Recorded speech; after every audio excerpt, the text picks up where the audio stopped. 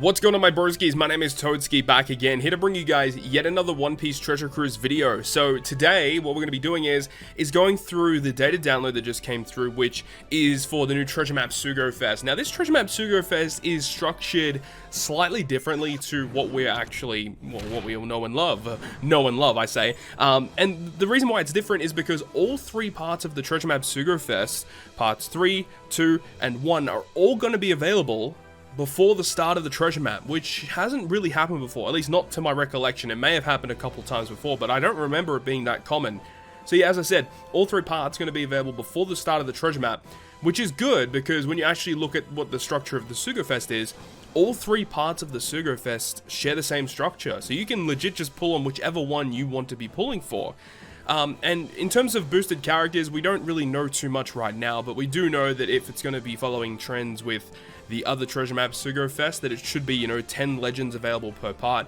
Differing characters going to be available. So part 1, you've got Chopper. Part 2, you've got Vivi and Rebecca, the new one. And then part 3, you've got the new Shirahoshi and Manchiri. So the way this is happening is that the debut of part 1 is on the 5th of May. And then part 2 is going to be debuting the day after on the 6th of May. And then on the 7th of May, you have part 3. And then I believe the treasure map itself starts on the 8th. So you have, a couple of days to decide which one you want to be pulling for. Myself, personally, I'm waiting until part 2, which is on the 6th, because Vivi and Rebecca are the only legend I don't own currently. So that's definitely going to be the part that I'm going to be going for. But let's go ahead and have a look at the parts, or the structure of these parts here, and then we'll talk about the units themselves. So first of all, 30 gem discount, that's fine. Second multi is a guaranteed legend or a rate boosted character. I hate these steps. I mean, I know that they're trying to find something nice in these steps, but I don't know, just these steps have never been good for me. I've never, at least to my recollection, I don't remember ever getting anything good out of this, because the rate boosted character list is typically pretty large. So in order for you to get a good character out of it, it's pretty low chance that that's going to happen. But I hope that the new batch characters Leo and Neptune are boosted, because it was actually quite difficult to get those rare recruits. So hopefully we get, a little bit more help that time around. The third multi is interesting because it says the last wanted post is a guaranteed new character. So that means you're guaranteed SABO, Luffy, or Ace. It's one of those three guaranteed, which is kind of interesting because obviously you've got, I think, is Ace the highest point booster? No, SABO. SABO is the highest point booster, I think. I don't remember exactly, but, this is like a normal structure of a treasure map, sort of event, where you've got the 3 boosters and one is higher than the next. And interestingly enough, you can do 3 multis and just get the highest booster straight off the cuff. So that's interesting. Hopefully the rates for the characters aren't diminished because of this, but we'll have to wait and see.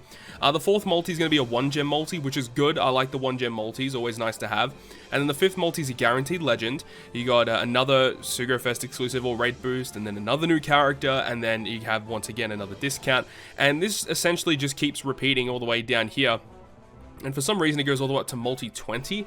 But that's the thing, right? Is that, with each step guaranteeing those new character steps, it means that you could legit do 20 multis, hypothetically. And you could legit walk away with, 5 of the same treasure map unit, which is kind of annoying. Which I guess is why they've structured it in this way, where you can just do whatever pulls on whatever part you want to try and get the boosters. I mean, if you're down for that. Myself personally, I'm not going to be pulling on part 1 at all. There's no reason for me to do that. I'm going to be doing 5 multis on part 2 to potentially have a shot at Vivi and Rebecca again. I still didn't pull Rare Recruit Neptune, so that would be really nice to get. And of course, any of the new boosters. So there's actually a couple of decent units I could be pulling for here. But speaking of the units, we've gone through all the structure of the actual Sugo-Fest itself, so hopefully you guys understand that. You can pull on whatever part you want, and I'm saying, if you are a free-to-play player, you should be avoiding treasure map Sugo-Fest, in my opinion. I don't think this is a wise decision to be pulling here, but if you are one of those players that likes to pull on these treasure map Sugo-Fests, this is not a terrible one to be pulling for. But let's go ahead and start talking about the actual units themselves. So here we have Luffy, which I definitely know is the lowest of the point boosters here. So once this actually loads. But Luffy, SABO, and Ace, these are the 3 boosters, and the actual final unit, the actual boss unit that we're farming for, is actually Garp. He's going to be our actual free-to-play unit. But Luffy is a quick fighter striker, interesting classes. Nothing really too amazing with his captain effect. 12 turn cooldown. It will cut the HP of your crew by 1%. Very good, by the way, because that can help you get rid of the stun debuff.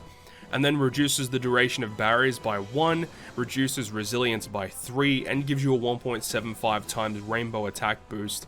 Nothing really too crazy there, like 3 turns of resilience removal is whatever. I always say this, but I really don't like characters that just remove resilience unless if it completely gets rid of it, because in like more often than not, it's a lot easier just to use like an end of turn damage dealer rather than, you know, a resilience remover, because, you know, if the enemy has like a 99 turn resilience or like a 10 turn resilience, you can't really do much about that. Or if it's a 5 turn resilience, you need to specifically find 5 turn resilience removers, whereas you could just use, you know, an end of turn damage dealer or a poisoner if you're able to do that, which just makes it a lot easier. But either way, that's the way that it works. Luffy's special, he's just okay. And remember that these new treasure map units moving forward are going to have updated support effects, which actually make them kind of usable. So let's have a look. He supports Ace, Garp, Sabo, and Dadan, interestingly enough.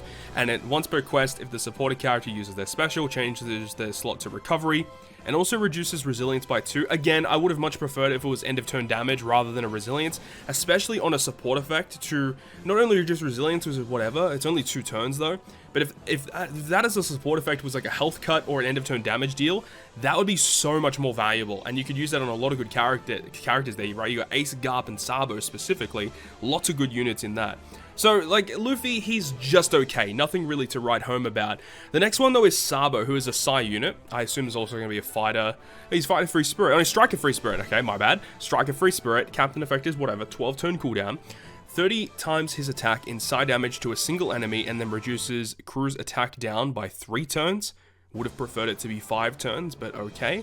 And then changes block slots into matching, and then gives you a 1.75 color affinity for 1 turn. Okay. That's okay. It's nothing crazy. It's fine. It's fine. You know, it's nothing too crazy, because I don't really see this being used too much, because it's only 3 turns of attack down removal. He does change block orbs though, which is kind of nice, but you know, this is meant to be used with like Vivi Rebecca, because with Vivi Rebecca, the new one, in their dual form, they treat all type slots as beneficial. So this gets rid of your block slots. Recovery in tandem you can get rid of with other means as well. So that's fine. Not really a crazy ability, but it's okay. In terms of his support effect though, Luffy, Ace, Garp, and Dadan, and if the supported character uses a special, boosts the color affinity of psi characters by 1.3. That's pretty good. The character does have to use their special in order to get that. So, you know, for Luffy, you could use it on Stampede Luffy, for example. That would actually be pretty decent. And we don't know what the 7th anniversary Luffy is going to be yet, but if that is another Psi unit, then potentially this could be another support for him. Be interesting to see. And it doesn't have to specifically be a Psi version of these units. You could run, like, any type of Luffy. You could use, like, Luffy Law, for example, and just run a bunch of Psi units on your team against an Int boss or something. Like, that potentially could work. You know, I don't know. I'm just spitballing ideas. You also got Ace and Garp. Garp's actually not bad. For Legend Garp, you could attach it, get color affinity to your Psi units. Not too bad. It would have been better if it was like at the start of the final stage you get the color affinity, but you have to specifically use their special, which is, I guess, a good and a bad thing, because you can use it in a lot of different ways. You could use it on a stage 4 or stage 3 fight if you need the color affinity for that stage. So I guess, yeah, it's not too bad. Not too bad at all. So I think Sabo's okay. I think his support effect is much more useful than Luffy's. I think Luffy's special is actually better, though. Let's move on to Ace, though, which is the final of the 3 units, who is a Dex unit. Probably a striker as well. Yeah, Free Spirit striker, so it works with Vivi Rebecca and Shirahoshi Banshiri. Captain effect is whatever, special 12 turn cooldown, 30 times his attack and dex damage to one enemy, gives the enemy 0 defense for 1 turn, and then boosts the damage dealt to delayed enemies by 1.5 times, 2 times in a treasure map. To delayed enemies? Am I missing something here? What? Sets all defense to 0 and then boosts damage dealt to delayed enemies 2 times during a treasure map. Am I missing something? Was there a boosted unit that delayed the enemy? I might have to actually look this up. Okay, so after doing a quick research, the only character that actually delays in recent events that just came out is the new Ambush Hina. That's the only character that actually does that. So I guess you're supposed to use this character with Ambush Hina on a Cerebral / Striker team. I guess that would actually work. And outside of treasure map, it's only a 1.5 times conditional boost, which is honestly not that good. I just prefer, I think I prefer if it was just a 1.75, like just all the time, rather than a 2 times treasure map 1.5 otherwise. But I guess it's whatever, it's okay. And then for his support effect, it attaches to Luffy, Garp, and Sabo, and also Dadan, but like Dadan doesn't have any good units.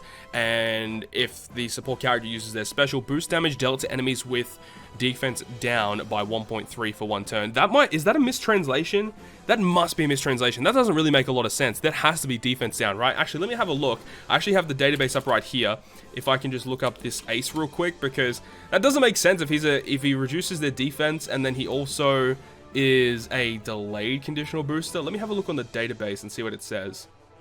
Yeah, it is a mistranslation. Okay, that is definitely a mistranslation. It should be defense down, which actually makes sense. So he's a self-proccing conditional booster, 1.5 everywhere else, 2 times in a treasure map. Okay, that's not too bad, actually. That could definitely see some play. Not bad at all. So that's the Sabo, Ace, and Luffy character.